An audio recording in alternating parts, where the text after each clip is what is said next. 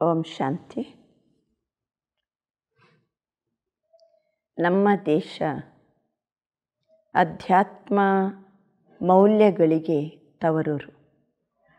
ಬೇರೆ ಬೇರೆ ರಾಷ್ಟ್ರಗಳು ಕೆಲವರು ತಂತ್ರಜ್ಞಾನಕ್ಕೆ ವಿಶೇಷವಾಗಿ ಪ್ರಸಿದ್ಧಾಗಿದ್ದಾರೆ.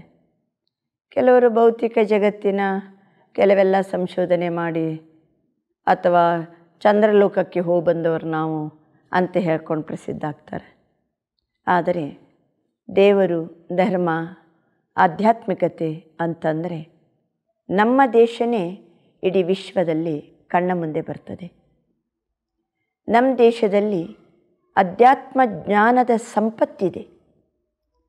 ಎಲ್ಲಿ ಆಧ್ಯಾತ್ಮಿಕತೆ ಇದೆಯೋ ಅಲ್ಲಿ ಸುಖ, ಶಾಂತಿ, ನೆಮ್ಮದಿ ಅಥವಾ ಧೈರ್ಯ ಅಥವಾ ಆತ್ಮವಿಶ್ವಾಸ ಇವೆಲ್ಲ ಸಹಜವಾಗಿ ಆಧ್ಯಾತ್ಮ ಮೌಲ್ಯಗಳನ್ನು ನಮ್ಮ ದೇಶ ನಮಗೆ ಕೊಟ್ಟಿದೆ. ಎಷ್ಟು ಧರ್ಮಗ್ರಂಥಗಳಿವೆ, ಉಪನಿಷತ್ತೇನು, ಪುರಾಣಗಳೇನು, ಅಥವಾ ವೇದಗಳಿವೆ, ಅಥವಾ ಮಹಾಭಾರತ ಇದೆ, ರಾಮಾಯಣ ಇದೆ.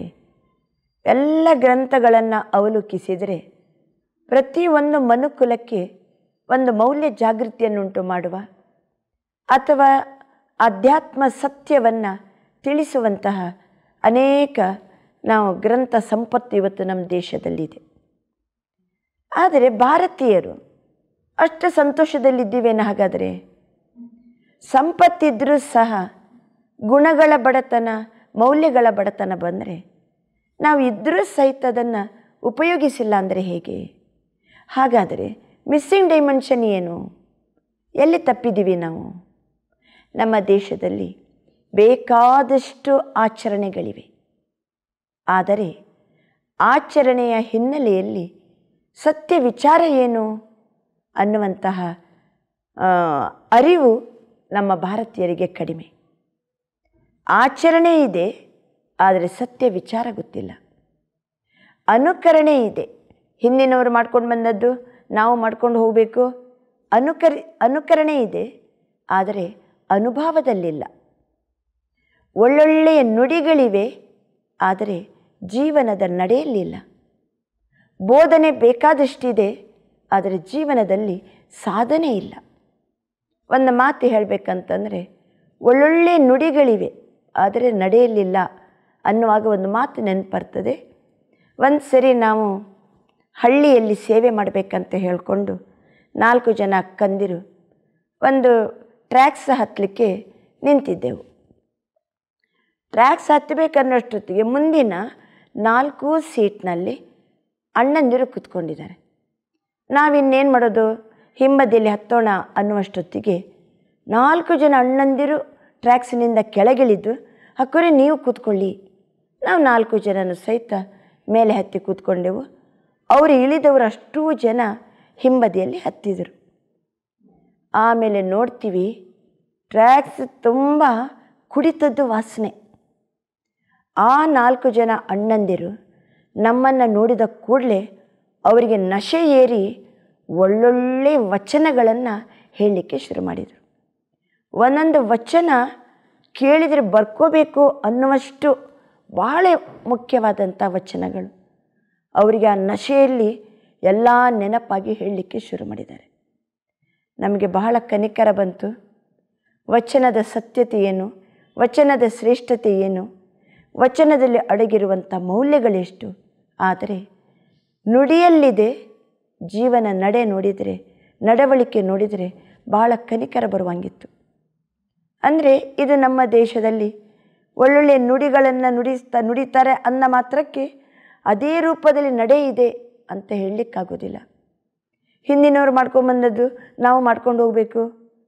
ಇದೇ ಮಾತನ್ನು ಮುಂದಿನ ಪೀಳಿಗೆಯವರಿಗೆ ಹೇಳಿದರೆ, ಅಮ್ಮ ಇದನ್ನು ಯಾಕೆ ಮಾಡಬೇಕು, ಯಾಕೆ ನಾವು ಅನುಸರಿಸಬೇಕು ಅಂತ ಕೇಳುವಾಗ ಹಿರಿಯರು ಸಮರ್ಥವಾಗಿ ಉತ್ತರ ಕೊಡಲಿಕ್ಕೂ ತಯಾರಿ ಇರಬೇಕಲ್ವ. ಒಂದು ಸರಿ ಒಬ್ಬ ಏನು ಮಾಡ್ತಾನೆ, ತನ್ನ ತಂದೆಯ ತಿಥಿಯನ್ನು ಮಾಡ್ತಾ ಇರ್ತಾನೆ. ಅಪ್ಪ ತಂದೆಯ ತಿಥಿ ಮಾಡುವಾಗ ಎಲ್ಲ ಪಿಂಡ ಎಲ್ಲ ರೆಡಿ ಮಾಡಿ ಆಯಿತು.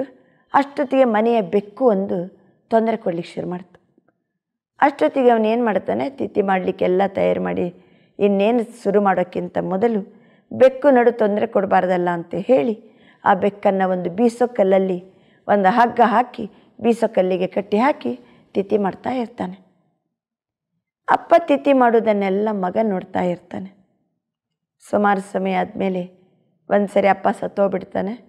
ಆವಾಗ ಅಪ್ಪನ ತಿಥಿಯನ್ನು ಯಾರು ಮಾಡಬೇಕೀಗ? ಮಗ ಮಾಡಬೇಕಾಗ್ತದೆ. ಮಗನು ಸಹಿತ ಎಲ್ಲ ತಯಾರಿ ಮಾಡ್ತಾನೆ. ಅಷ್ಟೊತ್ತಿಗೆ ಅವನಿಗೆ ನೆನಪಾಗ್ತದೆ, ಅಪ್ಪ ಒಂದು ಬೆಕ್ಕನ್ನು ಹಗ್ಗದಲ್ಲಿ ಕಟ್ಟಿ ಹಾಕಿ ಬೀಸೋ ಕಲ್ಲಲ್ಲಿ ಕಟ್ಟಿ ಹಾಕಿ ತಿಥಿ ಮಾಡ್ತಿದ್ದ. ನೋಡ್ತಾನೆ ಮನೆಯೊಳಗೆ ಬೆಕ್ಕಿರಂಗಿಲ್ಲ. ಆ ಸಮಯದಲ್ಲಿ ಯಾವುದೋ ಮನೆಯಿಂದ ಹೋಗಿ ಬೆಕ್ಕನ್ನು ಹಿಡ್ಕೊಂಬಂದು ಅದು ಕಿರ್ಚಾಡ್ತಾ ಇದ್ದರೂ ಸಹಿತ ಅದನ್ನು ಕಟ್ಟಿ ಹಾಕಿ ಇವನು ತಿಥಿ ಮಾಡಲಿಕ್ಕೆ ಶುರು ಮಾಡೋದು. ಎಲ್ಲರೂ ಕೇಳ್ತಾರೆ, ಯಾಕಪ್ಪ ಬೆಕ್ಕಿ ಯಾಕೆ ತೊಂದರೆ ಕೊಡ್ತಿ? ಎಲ್ಲಿಂದ ತಂದು ನೀನು ಬೆಕ್ಕು? ಅದನ್ನು ಯಾಕೆ ಕಟ್ಟಿ ಹಾಕ್ತಿ? ಇಲ್ಲ, ತಿಥಿ ಮಾಡಬೇಕಾದ್ರೆ ನಮ್ಮಪ್ಪ ಬೆಕ್ಕನ್ನು ಕಟ್ಟಿ ಹಾಕಿ ತಿಥಿ ಮಾಡ್ತಿದ್ರು, ಅದಕ್ಕೆ ನಾನು ಅದೇ ರೀತಿ ಮಾಡ್ತಾ ಇದ್ದೀನಿ. ಅಂದರೆ ಇದು ಅನುಕರಣೆ. ಹಿಂದಿನವರು ಮಾಡ್ಕೊಂಬಂದರೆ ಮಾಡ್ಕೊಂಡು ಹೋಗೋದು. ಯಾಕೆ, ಏನು, ಹೇಗೆ ಯಥಾರ್ಥವಾದ ಅರಿವಿಲ್ಲದೆ ನಾವು ಯಾವುದೇ ಒಂದು ಆಚರಣೆಯನ್ನು, ಕ್ರಮವನ್ನು, ವ್ರತವನ್ನು, ಪದ್ಧತಿಯನ್ನು ಮಾಡ್ತಾ ಹೋದರೆ ನಮ್ಮ ಜೀವನದಲ್ಲಿ ಮೌಲ್ಯ ಜಾಗೃತಿ ಆಗ್ತದ? ಅಥವಾ ನಮ್ಮ ಜೀವನ ಶಕ್ತಿಶಾಲಿ ಆಗ್ತದ? ಅಥವಾ ಇಷ್ಟು ಆಧ್ಯಾತ್ಮಿಕ ಸಂಪತ್ತಿದ್ದರೂ ನಮ್ಮ ಜೀವನದಲ್ಲಿ ನಾವು ಸುಖವಾಗಿ, ಶಾಂತವಾಗಿ, ಖುಷಿ ಖುಷಿಯಲ್ಲಿ ಬದುಕಲಿಕ್ಕೆ ಸಾಧ್ಯ ಇದೆಯೇನು? ಆದ್ದರಿಂದ ಪ್ರಜಾಪಿತ ಬ್ರಹ್ಮಕುಮಾರಿ ಈಶ್ವರಿ ವಿಶ್ವವಿದ್ಯಾಲಯದಲ್ಲಿ ಪ್ರತಿಯೊಂದು ಆಚರಣೆಯ ಹಿನ್ನೆಲೆಯಲ್ಲಿರುವಂತಹ ಸತ್ಯ ವಿಚಾರವನ್ನು, ಆ ಸತ್ಯತೆಯನ್ನು ಜನರಿಗೆ ಅರಿವು ಮೂಡಿಸುವಂಥದ್ದು ಭಾಳ ಭಾಳ ವಿಶೇಷವಾದಂಥ ಪ್ರಯತ್ನ ಇದೆ. ಹಿಂದಿನವರು ದಡ್ಡರಲ್ಲ, ಹಿಂದಿನವರು ಅಂಧಶ್ರದ್ಧೆ, ಅವರು ಮೂಢರು ಅಂತ ಹೇಳಲಿಕ್ಕಾಗೋದಿಲ್ಲ. ಯಾವುದೇ ಒಂದು ಆಚರಣೆ, ಒಂದು ಪದ್ಧತಿಯನ್ನು ಇಡಬೇಕಾದರೂ ಸಹಿತ ಏನೋ ಒಂದು ಮುಂದಿನ ಪೀಳಿಗೆಗೆ ಒಳ್ಳೆಯದನ್ನು ಹೇಳಬೇಕು ಅನ್ನುವಂಥ ಉದ್ದೇಶದಿಂದಲೇ ಅದನ್ನೆಲ್ಲ ಮಾಡ್ಕೊಂಡು ಬಂದಿರ್ತಾರೆ. ಈ ರೀತಿ ಪ್ರತಿಯೊಂದು ಆಧ್ಯಾತ್ಮ ಜ್ಞಾನ ವರ್ಷನೂ ಪುನಶ್ಚೇತನಾಗಲಿ, ಜನರ ಜೀವನದಲ್ಲಿ ಜಾಗೃತಿ ಆಗಲಿ, ವರ್ಷನೂ ಆ ಮೌಲ್ಯಗಳನ್ನು ನೆನಪಿಸೋಣ ಅಂತ ಹೇಳಿಕೊಂಡು ಕೆಲವು ಆಚರಣೆಗಳು, ಹಬ್ಬಗಳು ವರ್ಷನೂ ಆಚರಣೆ ಮಾಡ್ತಾ ಬಂದೆವು. ಈಗ ನಮ್ಮ ಜೀವನದಲ್ಲಿ ಅಧ್ಯಾತ್ಮ ಜ್ಞಾನದ ಅಥವಾ ಸ್ಪಿರಿಚುವಲ್ ವ್ಯಾಲ್ಯೂಸ್ ಇದು ಅರಿವಾಯ್ತಂತಂದರೆ ವೈಯಕ್ತಿಕವಾಗಿ ಆತ್ಮ ಉನ್ನತಿ ಆಗ್ತದೆ. ನಾವು ಸೆಲ್ಫ್ ಪ್ರೊಟೆಕ್ಷನ್ ಆಗ್ತದೆ. ನಮ್ಮನ್ನು ನಾವು ಪ್ರೊಟೆಕ್ಟ್ ಮಾಡಬೇಕಾದ್ರೆ ಕೆಲವು ರಹಸ್ಯವನ್ನು ನಮ್ಮ ಜೀವನದಲ್ಲಿ ನಾವು ತಿಳ್ಕೊಳ್ಳೇಬೇಕು. ಯಾಕೆಂದರೆ ಪ್ರತಿಯೊಂದು ಆಚರಣೆ, ಹಬ್ಬಗಳು ಅಥವಾ ವ್ರತಗಳು ಅಥವಾ ಜಾತ್ರೆ ಅಥವಾ ಯಾತ್ರೆ ಯಾವುದೇ ತಗೊಳ್ಳಿ, ಪ್ರತಿಯೊಂದು ಸಹ ಆತ್ಮ ಉನ್ನತಿ ಆಗಬೇಕು ಅನ್ನುವಂಥ ಉದ್ದೇಶದಿಂದಲೇ ಮಾಡಿರುವ ಕಾರಣದಿಂದ ನಾವು ಕೆಲವು ಮೌಲ್ಯಗಳನ್ನು ನಮ್ಮ ಜೀವನದಲ್ಲಿ ಯಥಾರ್ಥವಾಗಿ ತಿಳ್ಕೊಳ್ಳುವಂಥದ್ದು ಭಾಳ ಅವಶ್ಯಕತೆ ಇದೆ. ಈಗ ನೋಡಿ, ಆತ್ಮವನ್ನು ರಕ್ಷಣೆ ಮಾಡಬೇಕನ್ನೋದರ ಬಗ್ಗೆ ಯಾರಿಗೂ ಸಹಿತ ಗಮನನೇ ಇಲ್ಲ. ಶರೀರವನ್ನು ರಕ್ಷಣೆ ಮಾಡಲಿಕ್ಕೋಸ್ಕರ ಅದನ್ನು ಬಯಲಲ್ಲಿ ಮಲಗಿಸ್ಲಿಕ್ಕಾಗೋದಿಲ್ಲ, ರೋಡಲ್ಲಿ ಮಲಗಿಸ್ಲಿಕ್ಕಾಗೋದಿಲ್ಲ. ಬೇರೆ ಪ್ರಾಣಿಗಳು, ದನಕರುಗಳು ಅಥವಾ ನಾಯಿಗಳು ಎಲ್ಲ ಮಲಗುವಂಗೆ ಈ ಶರೀರವನ್ನು ನಾವು ಹಂಗೆ ಮಲಗಿಸ್ಲಿಕ್ಕಾಗೋದಿಲ್ಲ. ಯಾಕೆಂದರೆ ಹುಳ ಅಥವಾ ಹಾವು, ಸೊಳ್ಳೆ ಇವೆಲ್ಲ ರಕ್ಷಣೆ ಬೇಕಲ್ಲ ನಮಗೆ ಈ ಶರೀರಕ್ಕೆ ಅಂತ ಹೇಳಿಕೊಂಡು ನಾವು ಮಾನವರು ಮನೆಯನ್ನು ಕಟ್ಕೊಂಡೆವು. ಆ ಮನೆ ನೋಡಿದರೆ ದೊಡ್ಡ ಮನೆ. ಆ ಮನೆಯೊಳಗೆ ಬೇರೆ ಬೇರೆ ಬೇರೆ ಬೇರೆ ರೂಮ್ಸ್. ಈ ಶರೀರವನ್ನು ಜೋಪಾನ ಮಾಡಲಿಕ್ಕೆ ಅಡುಗೆ ಮನೆ ಇದೆ. ಈ ಶರೀರಕ್ಕೆ ಹೊತ್ತೊತ್ತಿಗೆ ಅಡುಗೆ ತಯಾರಾಗಬೇಕು, ಊಟ ತಯಾರಾಗಬೇಕು.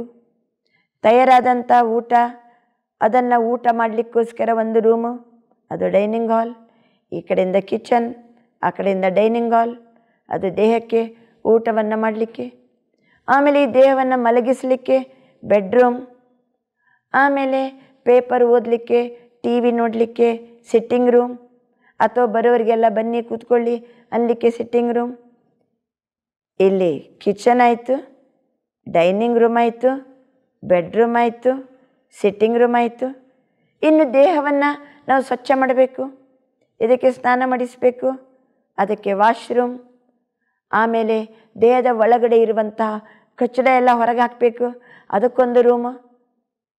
ನಾವು ಇಷ್ಟು ದೊಡ್ಡ ಮನೆ ಕಟ್ಕೊಂಡದ್ದು ಸಂಪೂರ್ಣವಾಗಿ ಈ ದೇಹದ ರಕ್ಷಣೆಗೆ, ಈ ದೇಹವನ್ನು ನಾವು ಜೋಪಾನ ಮಾಡಲಿಕ್ಕೋಸ್ಕರ. ಒಂದು ಕಡೆ ವಿಚಾರ ಮಾಡಿ, ದೇವರ ಕೋಣೆ ಮಾಡಿದ್ದೆ ಅದಕ್ಕೋಸ್ಕರ ಹೇಳಿ. ಪ್ರತಿಯೊಬ್ಬರ ಮನೆಯೊಳಗೂ ಸಹ, ಭಾರತೀಯರ ಮನೆಯೊಳಗೆ ದೇವರ ಕೋಣೆ ಇದೆ. ದೇವರ ಕೋಣೆ ಯಾರಿಗೋಸ್ಕರ? ಏನು ದೇವರಿಗೋಸ್ಕರವಾ? ಯಾತಕ್ಕೋಸ್ಕರ? ಮತ್ತು ದೇವರ ಕೋಣೆ ಎಲ್ಲ ಕೋಣೆಗಳಿಗಿಂತ ಸಣ್ಣದೇ ಇರ್ತದೆ. ಒಂದು ಕ್ಷಣ ಯೋಚನೆ ಮಾಡಿದರೆ, ಈ ಮನುಷ್ಯರು, ಮಾನವರು ಕಿಚನಲ್ಲಿ ಸಮಯ ಕಳೆಯುವಷ್ಟು, ಬೆಡ್ರೂಮಲ್ಲಿ ಸಮಯ ಕೊಡುವಷ್ಟು, ಸಿಟ್ಟಿಂಗ್ ರೂಮಲ್ಲಿ ಸಮಯ ಕೊಡುವಷ್ಟು, ಡೈನಿಂಗ್ ಹಾಲಲ್ಲಿ ಸಮಯ ಕೊಡುವಷ್ಟು ಬೇಡ, ವಾಶ್ರೂಮಲ್ಲಿ ಸಮಯ ಕೊಡುವಷ್ಟು ದೇವ್ರ ಕೋಣೆಯಲ್ಲಿ ಟೈಮ್ ಕೊಡ್ತೀವ? ಕೆಲವರಂತೂ ಒಂದು ದಿನದಲ್ಲಿ ಒಮ್ಮೆನೂ ಕಾಲಿಡದೇ ಇರುವವರು ಇದ್ದಾರೆ. ಇನ್ನು ಯಾರಾದರೂ ಕೆಲವೊಮ್ಮೆ ಭಯಭಕ್ತಿ ಇತ್ತಂತಂದರೆ ಪೂಜೆನೋ ಏನೋ ಮಾಡಲಿಕ್ಕೋಸ್ಕರ ಸಮಯವನ್ನು ಕೊಡ್ಬೋದು. ಆದರೆ ಒಂದು ಕ್ಷಣ ಯೋಚನೆ ಮಾಡಿದರೆ, ದೇವರ ಕೋಣೆ ದೇವರ ರಕ್ಷಣೆಗಲ್ಲ, ದೇವರ ಕೋಣೆ ಮಾಡಿರುವುದು ಆತ್ಮರಕ್ಷಣೆಗೋಸ್ಕರ. ದೊಡ್ಡ ಮನೆ ಕಟ್ಟಿರೋದು ಈ ದೊಡ್ಡ ದೇಹವನ್ನು ರಕ್ಷಣೆ ಮಾಡಲಿಕ್ಕೆ. ಆದರೆ ದೇವರ ಕೋಣೆ ಸಣ್ಣದು ಮಾಡಿ ಇರ್ತಾರೆ. ಯಾಕೆಂದರೆ ಇಷ್ಟು ದೊಡ್ಡ ದೇಹದ ಒಳಗಡೆ ಆತ್ಮ ಅತಿ ಸೂಕ್ಷ್ಮ, ಅದರ ರಕ್ಷಣೆಗೋಸ್ಕರ ನಾವು ದೇವರ ಕೋಣೆ ಮಾಡ್ಕೊಂಡಿವಿ. ದೇವರ ಕೋಣೆ ಮಾಡ್ಕೊಂಡೇವು ಹೌದು, ಆದರೆ ದೇವರು ಯಾರು? ಆತ್ಮ ಅಂದರೆ ಏನು? ಆ ಪರಮಾತ್ಮನ ಜೊತೆಗೆ ನಾವು ಹೇಗೆ ಸಂಬಂಧವನ್ನು ಜೋಡಿಸಬೇಕು? ಏನಾರು ಶಕ್ತಿ ಬೇಕಾದರೆ, ಗುಣ ಬೇಕಾದರೆ, ಪರಮಾತ್ಮ ಶಕ್ತಿ ಕೊಡಪ್ಪ, ಪರಮಾತ್ಮ ನಮ್ಮನ್ನು ಕಾಪಾಡಪ್ಪ, ಅಥವಾ ಪರಮಾತ್ಮ ಒಳ್ಳೆಯ ಗುಣ ಕೊಡಪ್ಪ.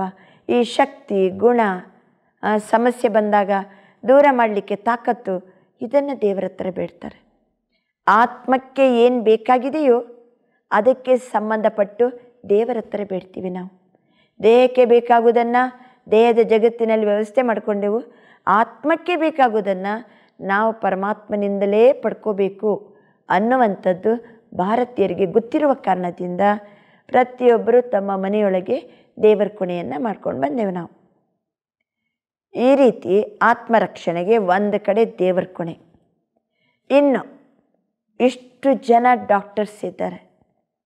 ಅಷ್ಟು ಜನ ಡಾಕ್ಟರ್ಸ್ ಇರೋದು ಕಾಲ ತುದಿಯಿಂದ ತಲೆಯ ತುದಿಯವರೆಗೆ ಇಷ್ಟು ದೊಡ್ಡ ದೇಹಕ್ಕೆ ಎಷ್ಟು ಜನ ಸ್ಪೆಷಲಿಸ್ಟ್ ಇದನ್ನು ಜೋಪಾನ ಮಾಡಲಿಕ್ಕೆ, ದೇಹವನ್ನು ಜೋಪಾನ ಮಾಡಲಿಕ್ಕೆ. ಆ ಕಡೆಯಿಂದ ಚರ್ಮಕ್ಕೊಬ್ಬರು ಸ್ಪೆಷಲಿಸ್ಟ್ ಇದ್ದಾರೆ, ಕಣ್ಣಿಗೊಬ್ಬರು ಸ್ಪೆಷಲಿಸ್ಟ್ ಇದ್ದಾರೆ, ಕಿವಿಗಂಟಲು ಮೂಗಿಗೊಬ್ಬರು ಸ್ಪೆಷಲಿಸ್ಟ್ ಇದ್ದಾರೆ. ಇನ್ನು ವಿಚಾರ ಮಾಡಲಿಕ್ಕೆ ಹೋದರೆ ಹಾರ್ಟಿಗೊಬ್ಬರು ಸ್ಪೆಷಲಿಸ್ಟ್ ಇದ್ದಾರೆ, ಶ್ವಾಸಕೋಶಗಳಿಗೆ ಪಲ್ಮನಾಲಜಿಸ್ಟ್ ಇದ್ದಾರೆ, ಕಿಡ್ನಿಗೆ ಯೂರಾಲಜಿಸ್ಟ್ ಇದ್ದಾರೆ, ನರಗಳಿಗೆ ನ್ಯೂರಾಲಜಿಸ್ಟ್ ಇದ್ದಾರೆ. ಈ ರೀತಿ ಒಂದೊಂದು, ಇನ್ನು ಎಲುಬುಗಳಿಗೂ ಸಹಿತ ಸ್ಪೆಷಲಿಸ್ಟ್ ಇದ್ದಾರೆ. ಶರೀರಕ್ಕೆ ರಕ್ಷಣೆ ಮಾಡಲಿಕ್ಕೆ ಎಷ್ಟು ಜನ ಡಾಕ್ಟರ್ಸ್ ಎಷ್ಟು ಸನ್ನದ್ಧರಾಗಿ ನಿಂತಿದ್ದಾರೆ. ಸರಿ, ದೇಹ ರಕ್ಷಣೆಗೋಸ್ಕರ ಇಷ್ಟು ಆಸ್ಪತ್ರೆಗಳಿವೆ, ದೇಹ ರಕ್ಷಣೆಗೆ ಇಷ್ಟೆಲ್ಲ ಡಾಕ್ಟರ್ಸ್ ಇದ್ದಾರೆ, ದೇಹ ರಕ್ಷಣೆಗೋಸ್ಕರ ಇಷ್ಟೆಲ್ಲ ಔಷಧಿಗಳಿವೆ. ರೋಗ ಬರದಂತೆ ಬಂದರೂ ಸಹ ಗುಣಪಡಿಸುವಷ್ಟು ಇವತ್ತು ವಿಜ್ಞಾನ ಜಗತ್ತು ನಮಗೆ ಸಹಯೋಗವನ್ನು ಕೊಡ್ತಾ ಇದೆ. ಒಂದು ಕಡೆ ಊಟೋಪಚಾರ, ಇದಕ್ಕೆ ರಕ್ಷಣೆ ಮನೆ ಮಾಡಿಕೊಂಡೆವು, ಇನ್ನೊಂದು ಕಡೆ ವೈದ್ಯಕೀಯ ಜಗತ್ತು. ಇನ್ನೂ ಈ ದೇಹ ರಕ್ಷಣೆಗೆ ಒಂದ ಎರಡ ಕಲ್ಲು ಮುಳ್ಳಿನ ಮೇಲೆ ನಡೆಯುವಾಗ ತೊಂದರೆ ಆಗಬಾರ್ದಂತ ಹೇಳ್ಕೊಂಡು ಕಾಲಿಗೇನು ಹಾಕ್ಕೊಳ್ತೀವಿ? ಚಪ್ಪಲಿ ಹಾಕ್ಕೊಳ್ತೀವಿ. ಚಪ್ಪಲಿ ಅನ್ನೋದಕ್ಕಿಂತ ಪಾದರಕ್ಷೆ ಅಂದರೆ ಪಾದವನ್ನು ರಕ್ಷಣೆ ಮಾಡಲಿಕ್ಕೋಸ್ಕರ ನಾವು ಚಪ್ಪಲಿ, ಬೂಟು ಇವೆಲ್ಲ ಹಾಕ್ಕೊಳ್ತೀವಿ, ಶೂಸ್ ಎಲ್ಲ ಹಾಕೋತೀವಿ. ಇನ್ನು ಅಣ್ಣಂದಿರೆಲ್ಲ ಬೈಕಲ್ಲಿ ನೀವು ಹೋಗಬೇಕಾದ್ರೆ ಕಂಪಲ್ಸರಿ ಯಾವುದು? ಹೆಲ್ಮೆಟ್ ಹಾಕೋತಾರೆ. ತಲೆಯನ್ನು ರಕ್ಷಣೆ ಮಾಡಲಿಕ್ಕೆ ಎಲ್ಲರೂ ಹೆಚ್ಚು ಕಡಿಮೆ ಆದರೂ ತಲೆಯನ್ನು ರಕ್ಷಣೆ ಮಾಡಬೇಕು. ಈ ರೀತಿ ಪ್ರತಿಯೊಂದು ಚಳಿ ಬಂದಾಗ ಸ್ವೆಟರ್ ಹಾಕೋತೀವಿ, ಮಳೆ ಬಂದಾಗ ರೇನ್ಕೋಟ್ ಹಾಕ್ಕೊಳ್ತೀವಿ. ಹಿಂದಿನ ಕಾಲದಲ್ಲಿ ಕೆಲವರು ಲೀಡರ್ಸ್ ಕಬ್ಬಿಣ ಕವಚ ಮಾಡಿಕೊಂಡು ಹಾಕ್ಕೊಂಡು ಅಡ್ಡಾಡ್ತಿದ್ರು. ಯಾರು ಬಾಂಬ್ ಹಾಕಿದ್ರು ನಮಗೆ ತಾಗಬಾರ್ದು. ಎಷ್ಟರ ಮಟ್ಟಿಗೆ ಈ ದೇಹದ ರಕ್ಷಣೆಗೋಸ್ಕರ ವ್ಯವಸ್ಥೆ. ಆದರೆ ಒಂದು ಕ್ಷಣ ಎಷ್ಟು ದೇಹವನ್ನು ರಕ್ಷಣೆ ಮಾಡಿದರೂ ಗ್ಯಾರಂಟಿ ಗೊತ್ತು, ಒಂದು ದಿನ ಈ ದೇಹ ಹೋಗೋದು ಮಣ್ಣಿಗೆನೆ. ಆದರೂ ಪರವಾಗಿಲ್ಲ, ಇರುವ ಸಮಯ ಇದನ್ನು ರಕ್ಷಣೆ ಮಾಡಲೇಬೇಕಲ್ಲ, ಮಾಡೋಣಂತೆ. ಆದರೆ ಸಮವಾಗಿ ಆತ್ಮರಕ್ಷಣೆ ಕಡೆಗೂ ಮನುಷ್ಯ ಗಮನ ಕೊಡಬೇಕಲ್ಲ. ಸೆಲ್ಫನ್ನು ಯಾವುದರಿಂದ ಪ್ರೊಟೆಕ್ಟ್ ಮಾಡಬೇಕು? ಈಗ ಒಂದು ಹೊಲ ಅಥವಾ ಗದ್ದೆ, ದನಕರುಗಳು ಬರಬಾರ್ದಂತ ಹೇಳ್ಕೊಂಡು ಬೇಲಿ ಹಾಕ್ತಾರೆ. ದನಕರುಗಳು ಪ್ರಾಣಿಗಳು ಬಂದು ಹಾಳು ಮಾಡಬಾರ್ದು ಅಂತ ಬೇಲಿ ಹಾಕ್ತಾರೆ. ಇನ್ನು ಮನೆಯೊಳಗೆ ಅಕಸ್ಮಾತ್ ಸಿಹಿ ತಿಂಡಿಗಳನ್ನು ಮಾಡಿದರೆ, ಉಂಡೆ ಮಾಡಿದರೆ ಇರುವೆಗಳು ಬರ್ತವೆ ಅಂತ ಹೇಳಿಕೊಂಡು ಲಕ್ಷ್ಮಣ ರೇಖೆಯನ್ನು ಹಾಕ್ತಾರೆ. ಲಕ್ಷ್ಮಣ ರೇಖೆ, ಅದರಿಂದ ಅದನ್ನು ರಕ್ಷಣೆ ಮಾಡ್ತಾರೆ.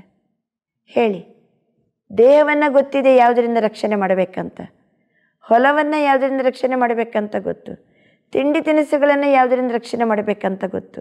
ಹಾಗಾದರೆ ಆತ್ಮವನ್ನು ಯಾವುದರಿಂದ ರಕ್ಷಿಸಬೇಕು? ಆತ್ಮಕ್ಕೆ ಯಾವ ತೊಂದರೆಗಳು ಬರ್ತವೆ?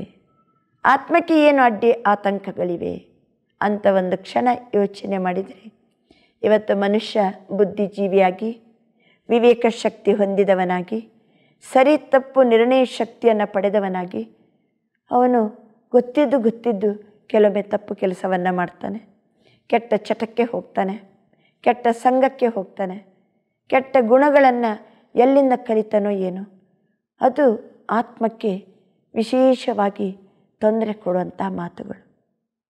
ದುಶ್ಚಟ, ದುರ್ಗುಣ, ದುಷ್ಕರ್ಮ, ದುಸ್ಸಂಗ, ದುರ್ವಿಚಾರ, ದುರಭಿಮಾನ, ದುರಹಂಕಾರ, ದುಃಖ, ಈ ದೂ ಅನ್ನುವಂಥದ್ದೊಂದು ಪಟ್ಟಿ ಮಾಡಿದರೆ ಇವೆಲ್ಲ ಆತ್ಮನಿಗೆ ವಿರೋಧ ಅಥವಾ ಆತ್ಮನ ವೈರಿಗಳಂದರೂ ತಪ್ಪಿಲ್ಲ. ನಮ್ಗೆ ಗೊತ್ತಿದೆ, ದುರ್ಯೋಧನ, ದುಶ್ಯಾಸನ, ದುಶ್ಶಲೆ ಎಲ್ಲ ಕೌರವರ ಹೆಸರು ದೂವಿನಿಂದ ಪ್ರಾರಂಭ ಆಗ್ತದೆ.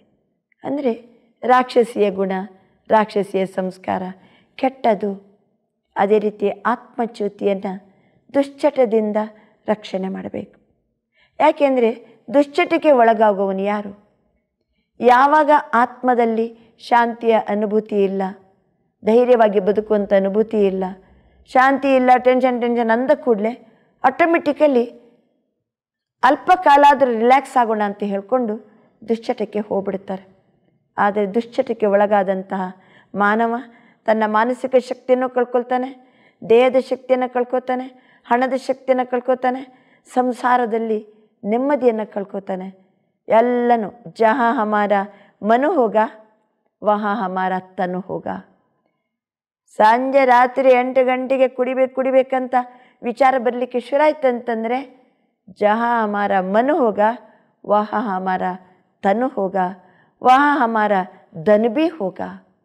ಎಲ್ಲನೂ ಹಣನೂ ಹೋಯ್ತು, ಆರೋಗ್ಯ ಹೋಯ್ತು, ಮರ್ಯಾದೆ ಹೋಯ್ತು, ಶಕ್ತಿ ಹೋಯ್ತು, ಎಲ್ಲನೂ ಕಳ್ಕೊತಾನೆ. ಒಮ್ಮೆ ಅವನು ವಶ ಆಗಿಬಿಟ್ರೆ ತಮ್ಗೆ ಗೊತ್ತಿದೆ, ಚಟ ಎನ್ನುವುದು ಚಟ್ಟ ಏರುವ ತನಕನೂ ಬಿಡಂಗಿಲ್ಲ. ಆ ರೀತಿ ಅದಕ್ಕೆ ವಶ ಆಗಿಬಿಡ್ತಾನೆ. ಈಗ ಆತ್ಮವನ್ನು ನಾವು ರಕ್ಷಣೆ ಮಾಡೋದು ಬೇಡವಾ? ಮನಸ್ಸಾಗಿ ಅದು ಕೆಟ್ಟದಂತ ಗೊತ್ತಾದ ನಂತರ ಹೋಗಬಾರ್ದು. ಹೇಗೆ ಒಂದು ಯಾವುದಾದ್ರು ಒಂದು ಒಳ್ಳೆಯದಂತ ಗೊತ್ತಾಯ್ತಪ್ಪ ನಮಗೆ, ಅದರಿಂದ ನಮಗೆ ಬಹಳ ಲಾಭ ಇದೆ ಅಂತ ಗೊತ್ತಾಯಿತು, ಎಷ್ಟು ಹಠ ಕಟ್ಟಿ ಪಟ್ಟಿ ಹಿಡಿದಾದ್ರೂ ನಾವು ಅದನ್ನು ಪಡಿಬೇಕು, ನಾನು ಇದರಿಂದ ಭಾಳ ಒಳ್ಳೆಯದಿದೆ, ನಮ್ಮ ಸಂಸಾರಕ್ಕೆ ಬೇಕು, ನಮ್ಮ ಕುಟುಂಬಕ್ಕೆ ಬೇಕು, ಇದು ಮಕ್ಕಳಿಗೆ ಒಳ್ಳೆಯದು, ನಮಗೆ ಒಳ್ಳೆಯದಂತ ಗೊತ್ತಾದ ಕೂಡಲೇ ಹೇಗೆ ಪಟ್ಟಿ ಹಿಡಿದು ಅದನ್ನು ಪಡಿಲೇಬೇಕಂತ ಶತ ಪ್ರಯತ್ನದಿಂದ ಅವನು ಪಡ್ಕೊಳ್ತಾನೋ, ಹಾಗಾದರೆ ಇದು ಕೆಟ್ಟದು, ಇದರಿಂದ ಬಹಳಷ್ಟು ನಷ್ಟ ಇದೆ, ನನ್ನ ಮರ್ಯಾದೆ ಹೋಗ್ತದೆ, ಕುಟುಂಬದ ಮರ್ಯಾದೆ ಹೋಗ್ತದೆ ಗೊತ್ತಾದರೂ ಸಹಿತ ಅವನು ಯಾಕೆ ಪಟ್ಟಿ ಹಿಡಿದು ಅದನ್ನು ನಾನು ಬಿಡಬೇಕನ್ನುವಂತಹ ಛಲ, ಆ ಶಕ್ತಿ ಇವತ್ತು ಮನುಷ್ಯನಿಗಿಲ್ಲ. ಒಂದು ವೇಳೆ ಈ ರೀತಿ ಆತ್ಮ ಅದಕ್ಕೆ ವಶ ಆಗಿಬಿಟ್ರೆ ಕೆಟ್ಟ ಚಟಗಳಿಗೆ ಅಥವಾ ದುರ್ಗುಣಗಳಿಗೆ ಅಥವಾ ದುಸ್ಸಂಗನೂ ಎಷ್ಟು ಡೇಂಜರ್. ಒಂದು ವೇಳೆ ಪರಮಾತ್ಮ ಇವತ್ತು ಈಶ್ವರನ ವಿಶ್ವವಿದ್ಯಾಲಯದಲ್ಲಿ ಸತ್ಸಂಗಕ್ಕೆ ಯಾವಾಗ ಬರಲಿಕ್ಕೆ ಶುರು ಮಾಡ್ತಾರೋ ನ್ಯಾಚುರಲ್ ಆಗಿ ದುಸ್ಸಂಗದಿಂದ ದೂರ ಆಗ್ಬಿಡ್ತಾರೆ. ಈ ದುಸ್ಸಂಗದಿಂದ, ದುಶ್ಚಟದಿಂದ, ದುರ್ಗುಣದಿಂದ ಅಥವಾ ದುರ್ವ್ಯವಹಾರ, ದುರ್ವಿಚಾರ ಇವೆಲ್ಲದರಿಂದ ಮನುಷ್ಯನನ್ನು ಇವತ್ತು ರಕ್ಷಣೆ ಮಾಡಲಿಕ್ಕೋಸ್ಕರನೇ ಈಶ್ವರನ ವಿಶ್ವವಿದ್ಯಾಲಯ ಇರೋದು. ಹಾಗಾದರೆ ಈಶ್ವರಿ ವಿಶ್ವವಿದ್ಯಾಲಯ ಯಾವ ರೀತಿ ಅವನಿಗೆ ರಕ್ಷಣೆ ಕೊಡ್ತದೆ? ನಿಮ್ಗೆ ಗೊತ್ತಿದೆ, ಯಾವುದೇ ಒಂದು ಮಕ್ಕಳ ಕೈಯಲ್ಲಿ ಒಂದು ಒಳ್ಳೆಯ ವಸ್ತು ಇದೆ, ಅಯ್ಯೋ ಅದು ಕೆಡಬಾರ್ದು, ಆ ಮಗುವಿನ ಕೈಯಿಂದ ತಗೋಬೇಕಂತಂದರೆ ಅದು ಅಳ್ಳಿಕ್ಕೆ ಶುರು ಮಾಡ್ತದೆ. ಅಷ್ಟೊತ್ತಿಗೆ ನೀವು ಇನ್ನೊಂದು ಯಾವ್ದಾದ್ರು ಚಲೋ ವಸ್ತುವನ್ನು ಅವರ ಕೈಗೆ ಕೊಡ್ರಿ, ಇದನ್ನು ತಗೊಂಡ್ಬಿಡ್ರಿ, ಆ ಮಗು ಮತ್ತೊಂದು ಹೊಸ ವಸ್ತು ಬಂದದ್ದು ನೋಡ್ಕೊಂಡು ನೋಡ್ತಾ ಮೊದಲನೇ ವಸ್ತುವನ್ನು ಮರೆತು ಬಿಡ್ತದೆ. ಮಗು ಅಳದಂತೆ ಯುಕ್ತಿಯುಕ್ತವಾಗಿ ನಾವು ಹೊಸತನ್ನು ಕೊಟ್ಟು ಅದರ ಕೈಯಲ್ಲಿರುವುದನ್ನು ತಗೋಬೋದು. ಅದೇ ರೀತಿ ಇವತ್ತು ಎಲ್ಲ ಮನುಷ್ಯಾತ್ಮರಿಗೆ ಈಶ್ವರಿ ವಿಶ್ವವಿದ್ಯಾಲಯ ಪ್ರತಿನಿತ್ಯ ಸತ್ಸಂಗವನ್ನು ಕೊಡ್ತೀವಿ. ತಮ್ಗೆ ಗೊತ್ತಿದೆ, ಸತ್ಸಂಗ ತೇಲಿಸೀತು, ಕುತ್ಸಂಗ ಮುಳುಗಿಸೀತು. ಒಳ್ಳೆಯ ಸಂಘದಲ್ಲಿ ನಮ್ಮನ್ನು ಪ್ರತಿನಿತ್ಯ 1 ಗಂಟೆ ನಾವು ಕಳೆಯುವಂಥ ಅಭ್ಯಾಸ ಮಾಡಿದರೆ ಸತ್ಸಂಗ ನಮಗೆ ಒಳ್ಳೆಯ ಶಕ್ತಿಯನ್ನು ಕೊಡ್ತದೆ. ಸತ್ಸಂಗದಲ್ಲಿ ಪ್ರತಿನಿತ್ಯ 1 ಗಂಟೆ ಸ್ಪಿರಿಚುವಲ್ ನಾಲೆಜನ್ನು ಕೊಡಲಾಗ್ತದೆ. ನಾವು ದಿನಾ 1 ಗಂಟೆ ಸ್ಪಿರಿಚುವಲ್ ನಾಲೆಜ್ ಅಥವಾ elevated thoughts, positive thoughts, spiritual thoughts, ಒಳ್ಳೆ ಧೈರ್ಯ ತುಂಬುವಂಥ ಆಲೋಚನೆಗಳನ್ನು 1 ಗಂಟೆ ನಾವು ದಿನ ಕೇಳ್ತಾ ಹೋದರೆ ನ್ಯಾಚುರಲ್ ಆಗಿ ಈ ಕಡೆಯಿಂದ ಕತ್ತಲು ದೂರ ಆಗ್ತದೆ, ಅಜ್ಞಾನ ಎನ್ನುವಂಥ ಕತ್ತಲು ದೂರ ಆಗ್ತದೆ.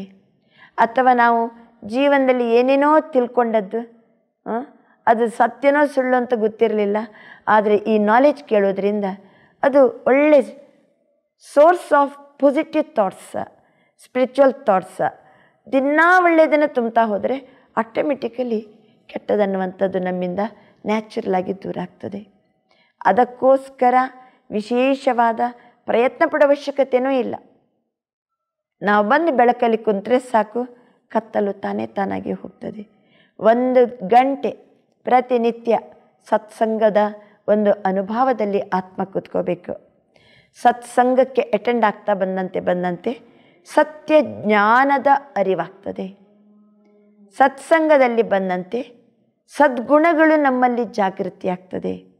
ಸದ್ಗುಣ, ಸತ್ಸಂಗ, ಸತ್ಕರ್ಮ, ಸತ್ಯಜ್ಞಾನ, ಸಂತೋಷ, ಸದ್ವಿಚಾರ ಇವು ಏನು ಮಾಡ್ತದೆ, ನಮ್ಮ ಜೀವನದಲ್ಲಿ ನಾವು ಜೀವನದ ಒಂದು ಭಾಗ ಅಂತ ಮಾಡ್ಕೊಂಡ್ಬಿಟ್ರೆ ನ್ಯಾಚುರಲ್ ಆಗಿ ಬೇಡವಾದ್ದು ನಮ್ಮ ಜೀವನದಿಂದ ಸಹಜವಾಗಿ ದೂರ ಆಗ್ತದೆ. ಈ ರೀತಿ ಆತ್ಮವನ್ನು ರಕ್ಷಣೆ ಮಾಡಲಿಕ್ಕೆ ಸತ್ಸಂಗ, ಸದ್ವಿಚಾರ ಅಥವಾ ಸತ್ಕರ್ಮ ಇದನ್ನು ನಾವು ಪ್ರತಿನಿತ್ಯ ನಮ್ಮ ಜೀವನದಲ್ಲಿ ಅನುಭವದಲ್ಲಿ ತಂದ್ಕೋಬೇಕು. ಈ ರೀತಿ ಆತ್ಮರಕ್ಷಣೆಗೆ ಅನೇಕ ರೂಪದ ಒಂದು ವಿಧಿಯನ್ನು ನಾವು ಅನುಸರಿಸ್ಬೋದು. ಈಗ ವಿಚಾರ ಮಾಡಿ, ತಮ್ಮ ಮುಂದೆ ಒಂದು ಇಂಕ್ ಬಾಟ್ಲಿ ಇಟ್ಟಿವಿ, ಅದರಲ್ಲಿ ಮುಚ್ಚಳ ಮುಚ್ಚಿಲ್ಲ, ತಳದಲ್ಲಿ 1 ಸ್ಪೂನು ಇಂಕಿದೆ. ಹೀಗೆ ಆ ಬಾಟ್ಲಿಯನ್ನು ನೋಡಿದರೆ ನಮಗೆ ಇಂಕ್ ಕಾಣ್ತದೆ. ನಿಮ್ಮ ಮುಂದೆ ಇಡ್ತೀವಿ, ಯಾಕೆಂದರೆ ಮುಚ್ಚಳ ಮುಚ್ಚಿಲ್ಲ, ಇಂಕ್ ಕಾಣ್ತದೆ. ನಿಮ್ಮ ಮುಂದೆ ಬಾಟ್ಲಿಯನ್ನು ಇಡ್ತೀವಿ. ಇಟ್ಟು ನಿಮಗೆ ಒಂದು ಕೆಲಸ, 10 ನಿಮಿಷ ಸಮಯ ಕೊಡ್ತೀವಿ. ನೀವು ಬಾಟ್ಲಿ ಮುಟ್ಟಬಾರ್ದು, ಪಿಲ್ಲರ್ ತಾಗಿಸಬಾರ್ದು, ಪೆನ್ ತಾಗಿಸಬಾರ್ದು, ಆದರೆ ಇಂಕ್ ಖಾಲಿ ಮಾಡಬೇಕು. ಏನು ಯೋಚನೆ ಮಾಡ್ತೀರಿ ಅವಾಗ? ಅದಕ್ಕೊಂದು ಟೆಕ್ನಿಕ್ ಇದೆ. ಬಾಟ್ಲಿ ಮುಟ್ಟಬಾರ್ದು, ಆದರೆ ಇಂಕ್ ಖಾಲಿ ಮಾಡಬೇಕು.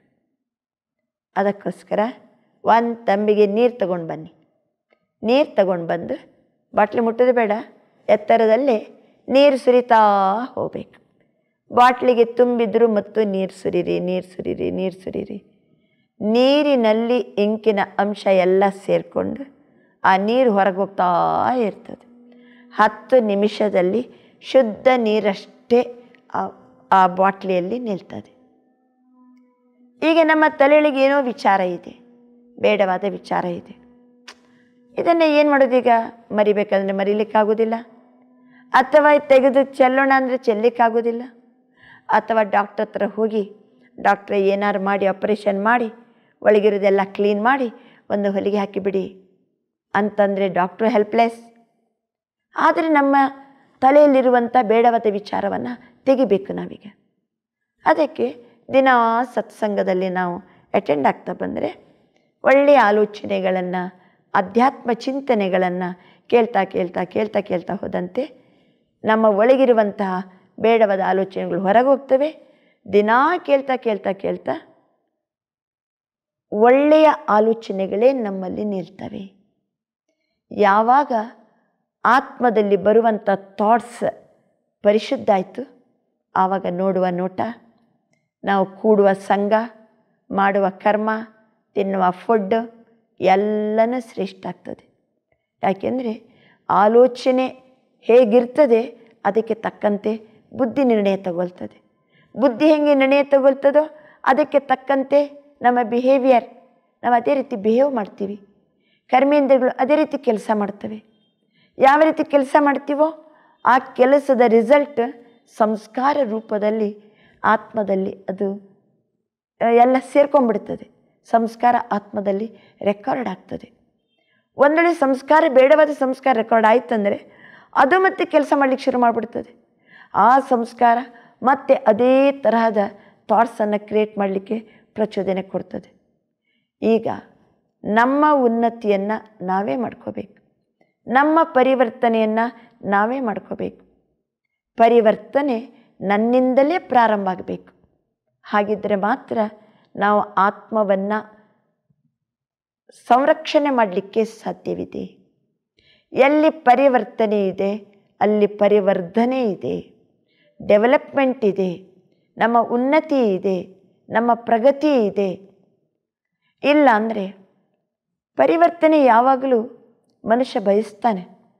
ನೀವು ನೋಡಬೇಕಾದರೆ ಭಾಳ ದಿನದಿಂದ ಒಂದೇ ರುಚಿಯ ಅಡುಗೆಯನ್ನು ಮಾಡ್ತಾ ಇದ್ದರೆ, ಒಂದೇ ಟೈಪ್ ಮಸಾಲೆ, ಒಂದೇ ಟೈಪ್ ತರಕಾರಿ, ದಿನ ಬೆಳಿಗ್ಗೆ ಮಧ್ಯಾಹ್ನ ಸಂಜೆ 1 ವಾರದಿಂದ 15 ದಿನದಿಂದ ಅದೇ ಮಾಡ್ತಾ ಇದ್ದರೆ ಏನಾರು ಸ್ವಲ್ಪ ಚೇಂಜಸ್ ಬೇಕಪ್ಪ ಅನಿಸಿಬಿಡ್ತದೆ. ಮನುಷ್ಯ ಪರಿವರ್ತನೆಯನ್ನು ಬಯಸುವಂಥದ್ದು ನ್ಯಾಚುರಲ್.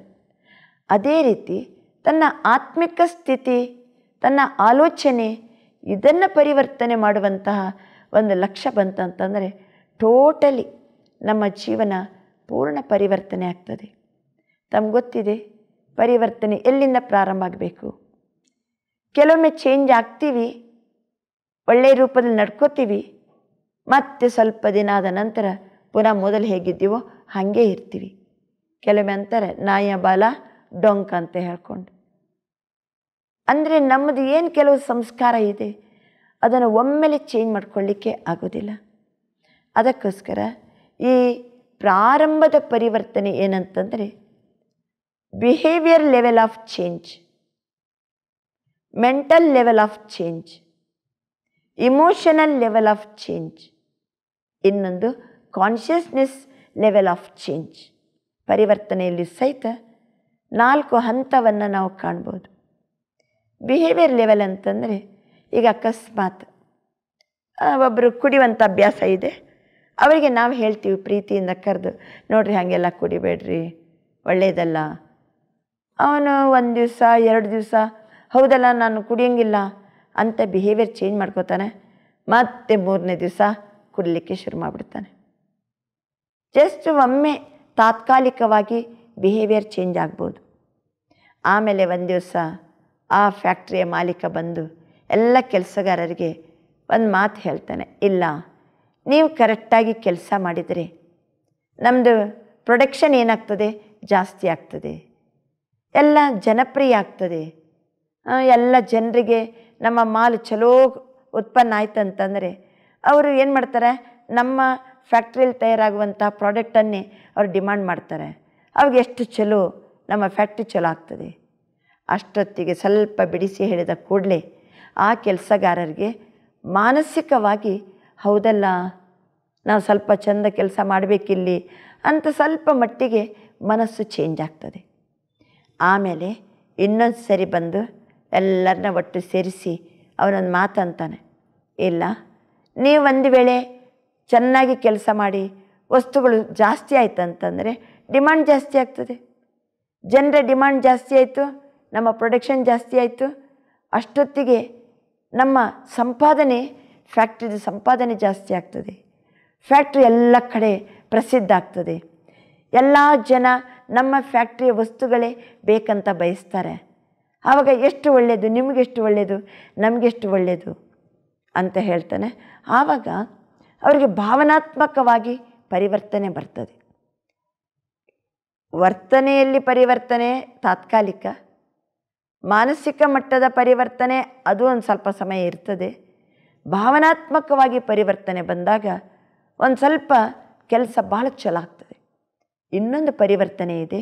ಅವನು ಇನ್ನೊಮ್ಮೆ ಎಲ್ಲರನ್ನ ಸೇರಿಸಿ ಒಂದು ಮಾತು ಹೇಳ್ತಾನೆ, ಇಲ್ಲ ನೀವೆಲ್ಲ ಚೆಂದ ಕೆಲಸ ಮಾಡ್ತಿದ್ದೀರಿ, ಈಗ ಭಾಳ ಚಲೋ ವಸ್ತುಗಳೆಲ್ಲ ಈಗ ತಯಾರಾಗ್ತಾ ಇದೆ, ಡಿಮಾಂಡ್ ಜಾಸ್ತಿ ಆಗ್ತಾ ಇದೆ, ಬಹಳ ಒಳ್ಳೆಯದು.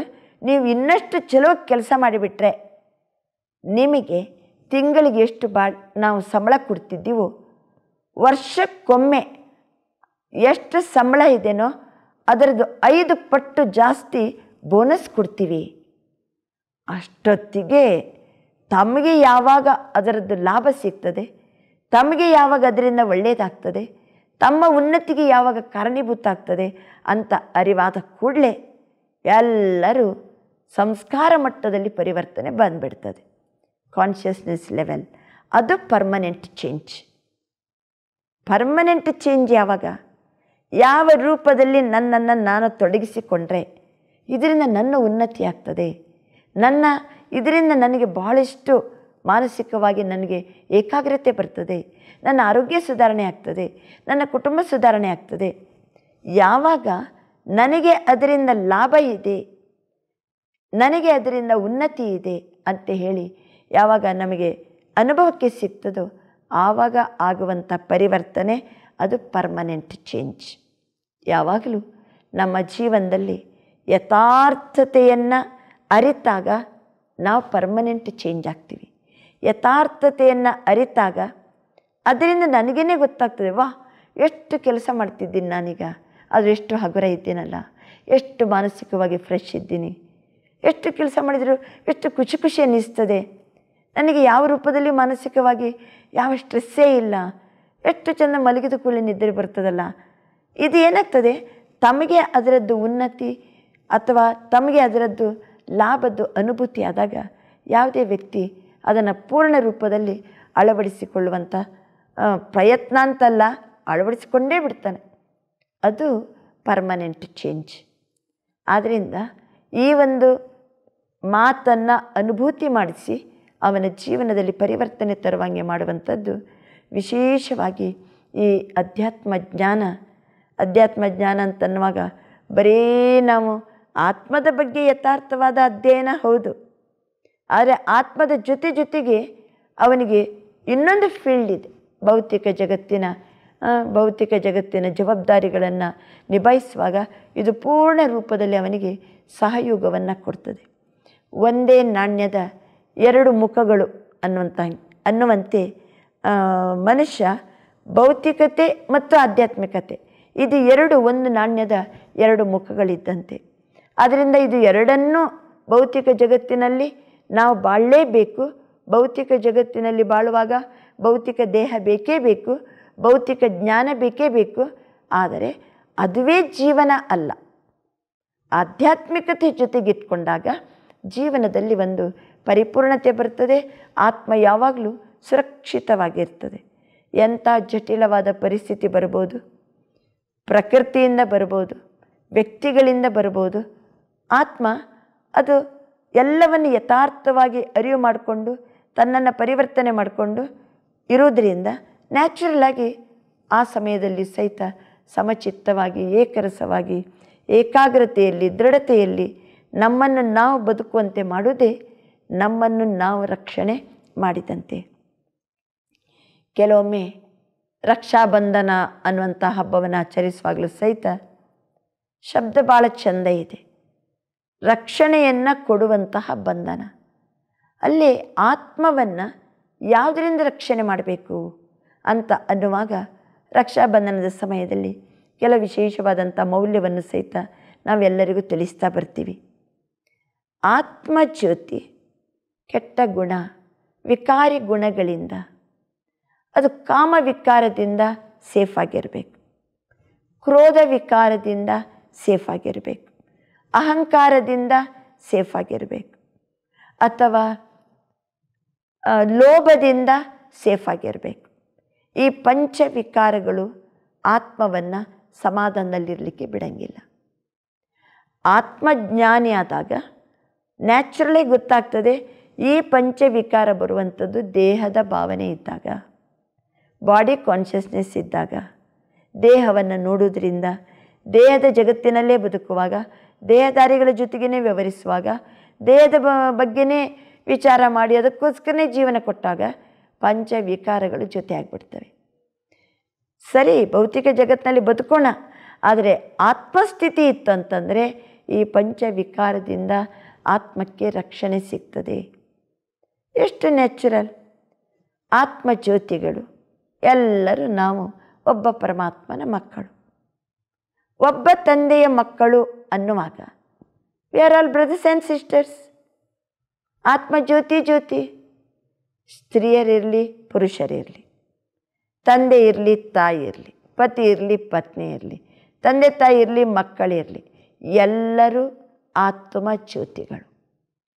ನಾವೆಲ್ಲ ಆತ್ಮಜ್ಯೋತಿಗಳು, ಒಬ್ಬ ಪರಮ ಆತ್ಮನ ಮಕ್ಕಳು, ಒಬ್ಬ ತಂದೆಯ ಮಕ್ಕಳು ಅಲ್ಲ. ವಿವೇಕಾನಂದರವರು ಚಿಕಾಗೋಕ್ಕೆ ಹೋಗಿ ಅಲ್ಲೇ ಜನತೆಯನ್ನು ನೋಡಿ ಬ್ರದರ್ಸ್ ಆ್ಯಂಡ್ ಸಿಸ್ಟರ್ಸ್ ಅಂತ ಅನ್ಬೇಕಾದರೆ ಅದು ಅಧ್ಯಾತ್ಮ ನೇತ್ರ, ಆತ್ಮಜ್ಯೋತಿಯನ್ನು ನೋಡುವಂಥ ಕಣ್ಣಿರಬೇಕು. ಎಲ್ಲರೂ ನಾವು ಒಬ್ಬ ತಂದೆಯ ಮಕ್ಕಳಂತ ಅನ್ನುವಾಗ ಸಹೋದರ ಸಹೋದರಿ, ಅದು ನ್ಯಾಚುರಲ್ ಅದು. ಆದರೆ ಕೆಲವರು ಈ ರೀತಿ ಮಾತಾಡ್ತಾರೆ, ಇಲ್ಲ ಭಾಳ ಆಧ್ಯಾತ್ಮಿಕತೆಗೆ ಹೋಗ್ಬೇಡ್ರಿ, ಅಲ್ಲಿ ಹೋಗ್ಬಿಟ್ರೆ ಪತಿ ಪತ್ನಿಯೂ ಏನು ಮಾಡಿಬಿಡ್ತಾರೆ, ಅಣ್ಣ ತಂಗಿ ಮಾಡಿಬಿಡ್ತಾರೆ. ಯಾರು ಯಾರನ್ನು ಏನೂ ಮಾಡಲಿಕ್ಕೂ ಸಾಧ್ಯ ಇಲ್ಲ. ಆದರೆ ಒಂದು ಸತ್ಯ ನೆನ್ಪಿಟ್ಕೊಳ್ಳಿ, ಒಂದು ಬಾರಿ ಪತಿ ಪತ್ನಿ ಇಬ್ಬರು ಸಹ ಒಂದು ದೇವಾಲಯಕ್ಕೆ ಹೋಗ್ತಾರೆ.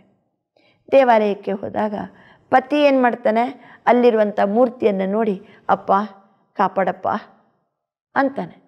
ಇವನ ಅಪ್ಪ ಕಾಪಾಡಪ್ಪ ಅಂತ ಅನ್ನುವಾಗ ಪತ್ನಿ ಮಾವ ಅಂತ ಅನ್ಬೇಕಿತ್ತವಳು.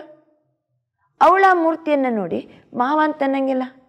ಅವಳು ಸಹಿತ ಅಪ್ಪ ತಂದೆ ನೋಡಪ್ಪ ಕಾಪಾಡಪ್ಪ, ಅವಳು ಹಂಗೆ ಅಂತಾಳೆ. ಇವನು ಅಪ್ಪ ಅಂತಾನೆ, ಇವಳು ಅಪ್ಪ ಅಂತಾನೆ.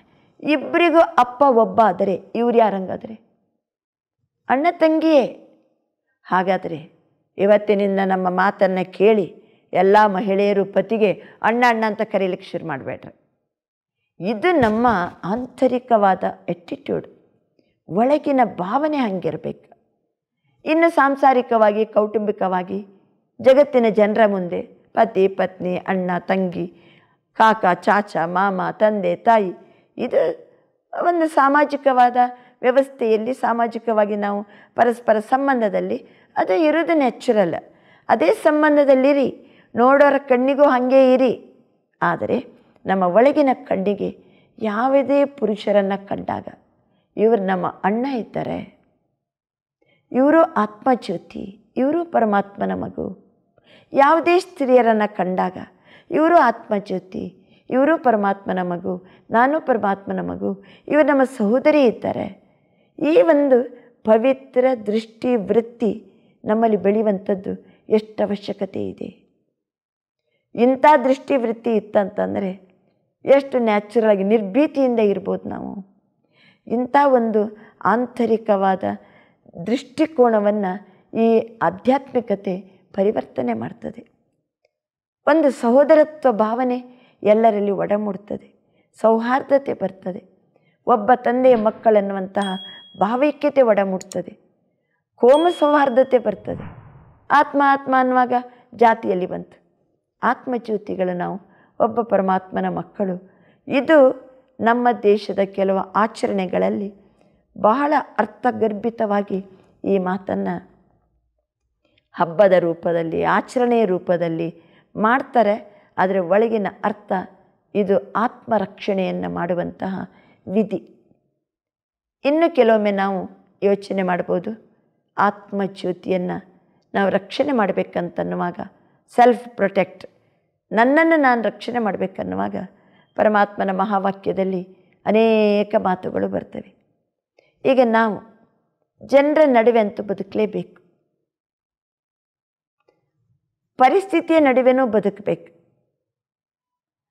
ಆಮೇಲೆ ಇಲ್ಲ ನನಗೆ ಯಾವುದೂ ವಿಘ್ನಗಳು ಬರಬಾರ್ದು ಅನ್ನುವಂತಿಲ್ಲ.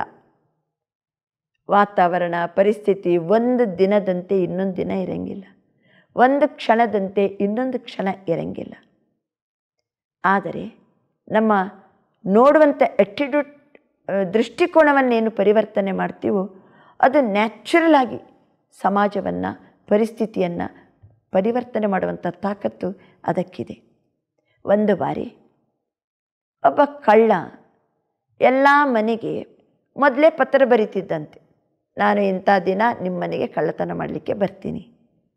ಇವರು ಯಾವ ರೂಪದಲ್ಲಿ ತಮ್ಮ ರಕ್ಷಣೆಗೆ ವ್ಯವಸ್ಥೆ ಮಾಡಿಕೊಂಡ್ರು ಅವನು ಅಷ್ಟು ಬುದ್ಧಿವಂತ, ಬಂದು ಕಳ್ಳತನ ಮಾಡ್ಕೊಂಡು ಹೋಗ್ತಿದ್ದ. ಒಂದು ಸರಿ ಒಬ್ಬರ ಮನೆಗೆ ಲೆಟರ್ ಬಂತು. ಅಷ್ಟೊತ್ತಿಗೆ ಮನೆಯ ಮಹಿಳೆ ಜಾಗೃತ ಆಗಿಬಿಡ್ತಾಳೆ.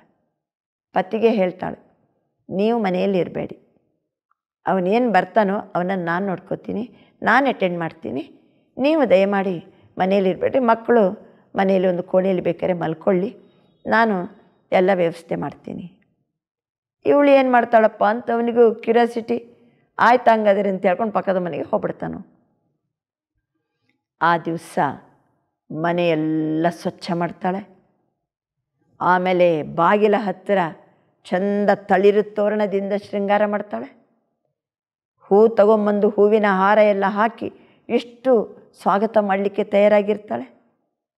ಆಮೇಲೆ ಅವನು ಒಳಗಡೆ ಬರಬೇಕಾದ್ರೆ ಆರತಿ ಮಾಡಬೇಕು ಅವನಿಗೆ ನಾನು ಅಂತ ಆರತಿ ರೆಡಿ ಮಾಡಿಟ್ಟಿರ್ತಾಳೆ.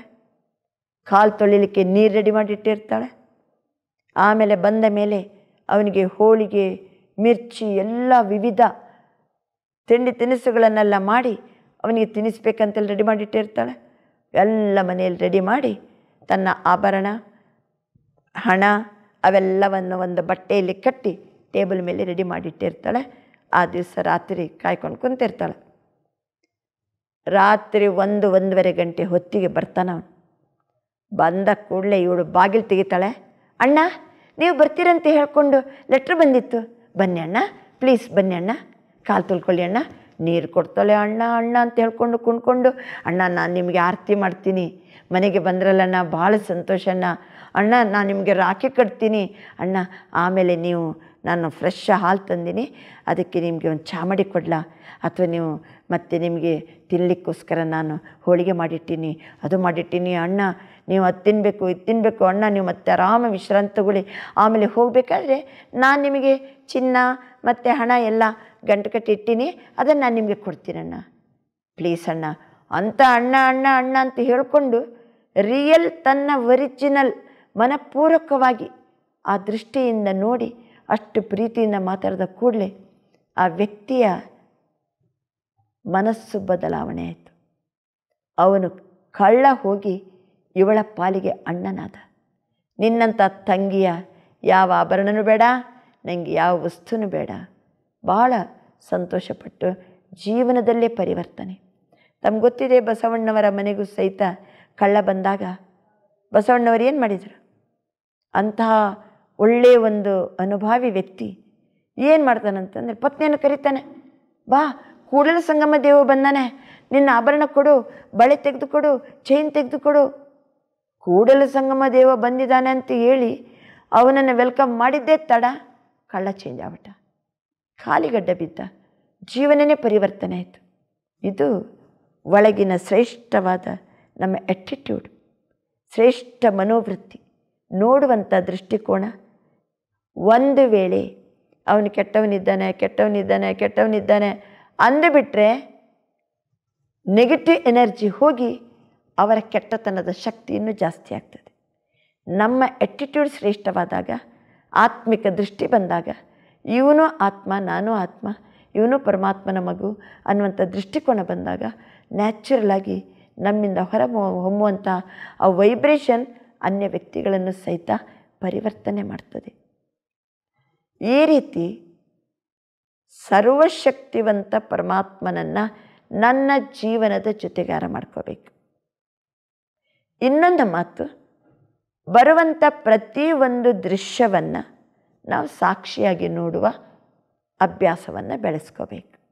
ಇದು ಎರಡು ನಮ್ಮ ಜೀವನದಲ್ಲಿ ಅವಶ್ಯಕವಾಗಿ ಅಳವಡಿಸ್ಕೋಬೇಕಾದಂಥ ಮಾತು. ಸರ್ವಶಕ್ತಿವಂತ ಪರಮಾತ್ಮ ನನ್ನ ಜೊತೆಗಿದ್ದಾನೆ. ಈ ಅನುಭವದಲ್ಲಿ ನಾವು ತೊಡಗಿದಾಗ ನಮ್ಮ ಜೀವನದಲ್ಲಿ ನಿರ್ಭಯತೆ ಬರ್ತದೆ. ಸರ್ವಶಕ್ತಿವಂತ ಪರಮಾತ್ಮ ನಮ್ಮ ಜೊತೆಗಿದ್ದಾನೆ ಅನ್ನುವಾಗ ಸರ್ವಶಕ್ತಿ ನನ್ನ ಜೊತೆಗಿದ್ದಂಗೆ ಅನುಭೂತಿ ಆಗ್ತದೆ. ಸರ್ವಶಕ್ತಿವಂತ ಪರಮಾತ್ಮ ಅವನು ಸದಾ ಶಿವ. ಶಿವ ಅಂದರೆ ಅರ್ಥ ಕಲ್ಯಾಣಕಾರಿ, ಮಂಗಳಕಾರಿ, ಶುಭಕಾರಿ. ಅವನು ಯಾವಾಗಲೂ ಒಳ್ಳೆಯದನ್ನು ಮಾಡುವವ. ಸದಾಶಿವ. ಸದಾಶಿವ ಸರ್ವಶಕ್ತಿವಾನ್ ಪರಮಾತ್ಮ ನಮ್ಮ ಜೊತೆಗಿದ್ದಾರೆ. ಅವನ ಆಶೀರ್ವಾದ ನಮ್ಮ ಜೊತೆಗಿದೆ. ಅವನ ನೆರಳಿನಲ್ಲಿ ನಾನಿದ್ದೀನಿ, ಅವನ ಛತ್ರಛಾಯೆಯಲ್ಲಿ ನಾನಿದ್ದೀನಿ. ಸರ್ವಶಕ್ತಿಯ ಕಿರಣಗಳು ನನ್ನ ಜೊತೆಗಿದೆ. ಈ ರೀತಿ ನಾವು ಪರಮಾತ್ಮನನ್ನು ಜೊತೆ ಮಾಡಿಕೊಳ್ಳುವಾಗ ನಾವು ಎಲ್ಲಿ ಬೇಕಾದರೆ ಹೋಗ್ರಿ, ಪ್ರತಿಯೊಂದು ಹೆಜ್ಜೆ ಹೆಜ್ಜೆಗೂ ಕಲ್ಯಾಣ ಅಡಗಿರ್ತದೆ. ನಾವು ಎಲ್ಲಿ ಹೋದ್ರೆ ನಮ್ಮ ಲೈಫಲ್ಲಿ ಕೆಟ್ಟದಾಗ್ಲಿಕ್ಕೆ ಸಾಧ್ಯ ಇಲ್ಲ. ನಾವು ಎಲ್ಲಿ ಕಾಲಿಡ್ತೀವೋ ಅಲ್ಲಿ ಒಳ್ಳೆಯದಾಗ್ತದೆ. ನಾವು ಏನು ಮಾತಾಡ್ತೀವೋ ಒಳ್ಳೆಯದಾಗ್ತದೆ. ಅಕಸ್ಮಾತ್ ಆ ಸಮಯಕ್ಕೆ ಕೆಟ್ಟದಾಯಿತು ಅಂತ ಅನಿಸ್ಬೋದು, ಆದರೆ ಕೆಟ್ಟದಾಗ್ಲಿಕ್ಕೆ ಸಾಧ್ಯ ಇಲ್ಲ. ಯಾಕೆಂದರೆ ಪರಮಾತ್ಮ ನಮ್ಮ ಜೊತೆಗಿದ್ದಾಗ ಸದಾ ಕಲ್ಯಾಣಕಾರಿ, ಸದಾ ಮಂಗಳಕಾರಿ, ಸದಾ ಶುಭಕಾರಿ.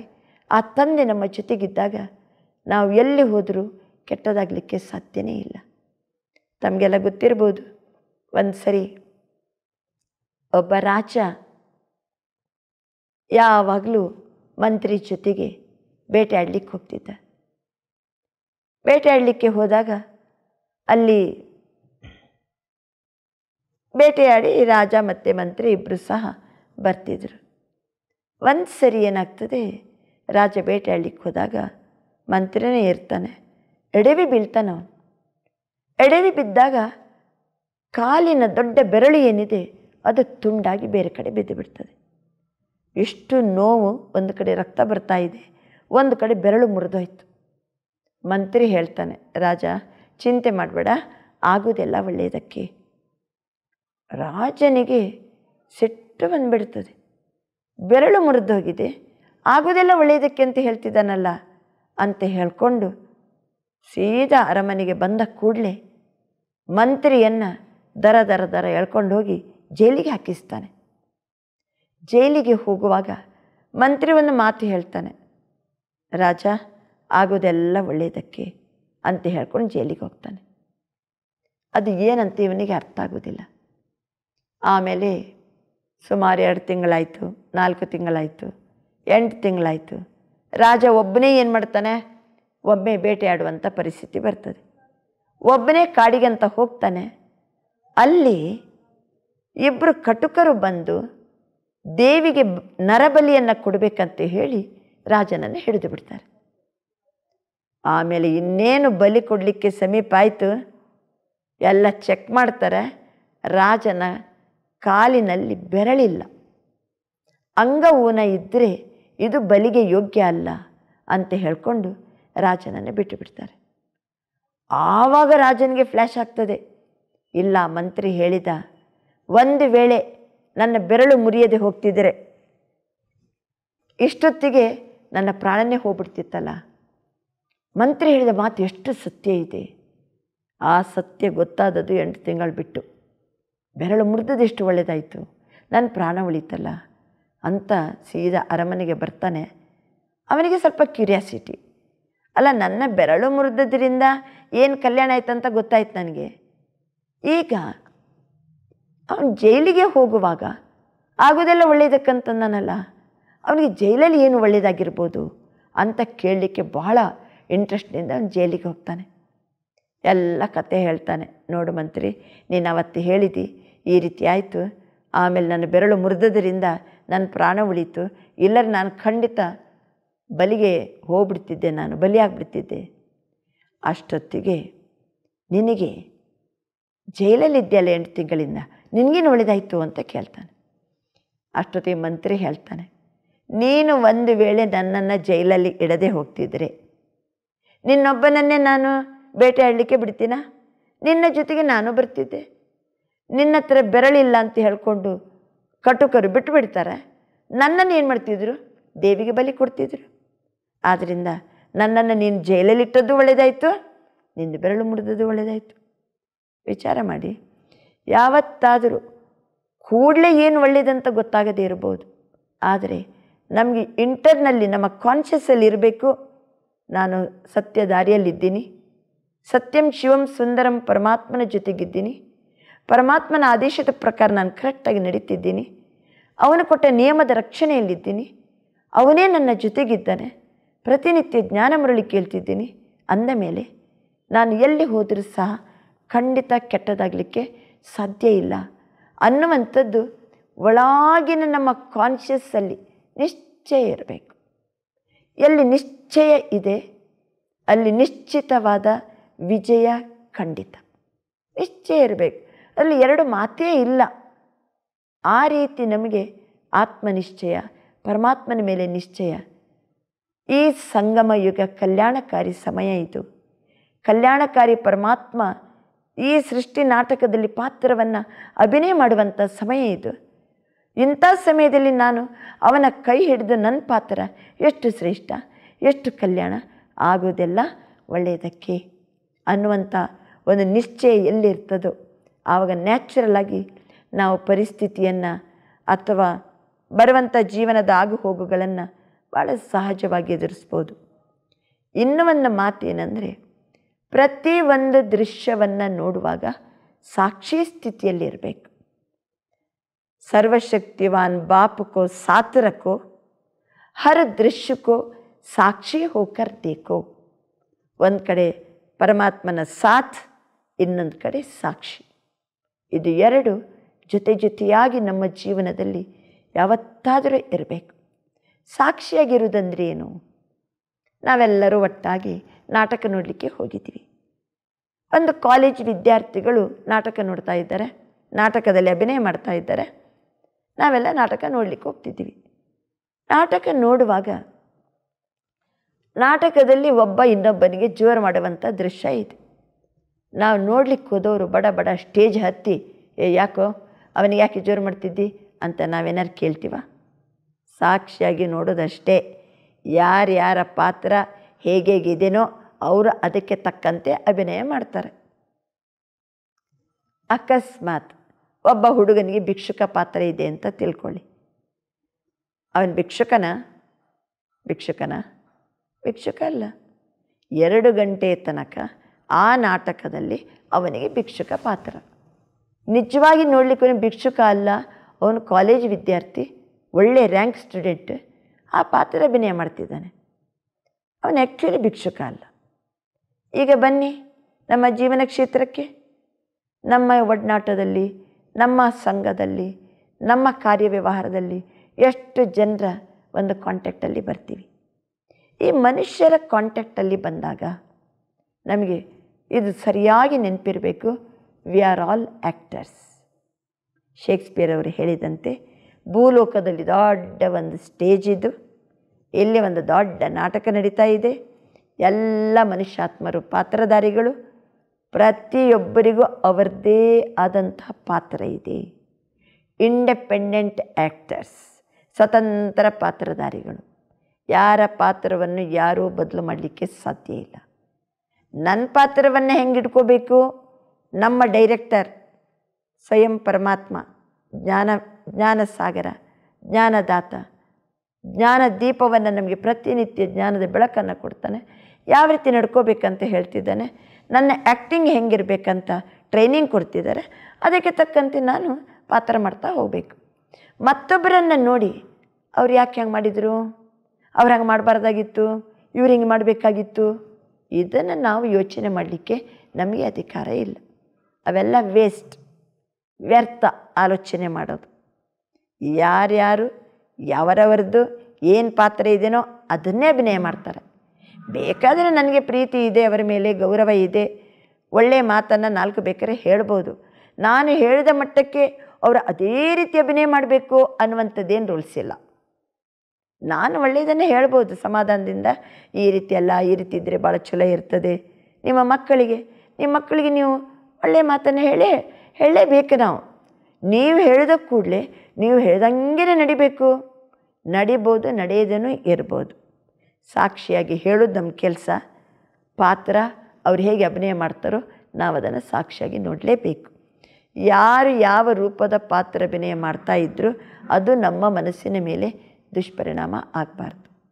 ಅಕಸ್ಮಾತ್ ಒಬ್ಬರು ಬೈತಾ ಇದ್ದಾರೆ, ಬೈಯುವಾಗ ನೀವು ನೋಡಿ ಅವರನ್ನು, ಓಹೋ ಈ ಆತ್ಮ ಒರಿಜಿನಲ್ ಆಗಿ ಭಾಳ ಶ್ರೇಷ್ಠ ಆತ್ಮ, ಒರಿಜಿನಲ್ ಆಗಿ ಭಾಳ ಪ್ಯೂರ್ ಸೋಲ್.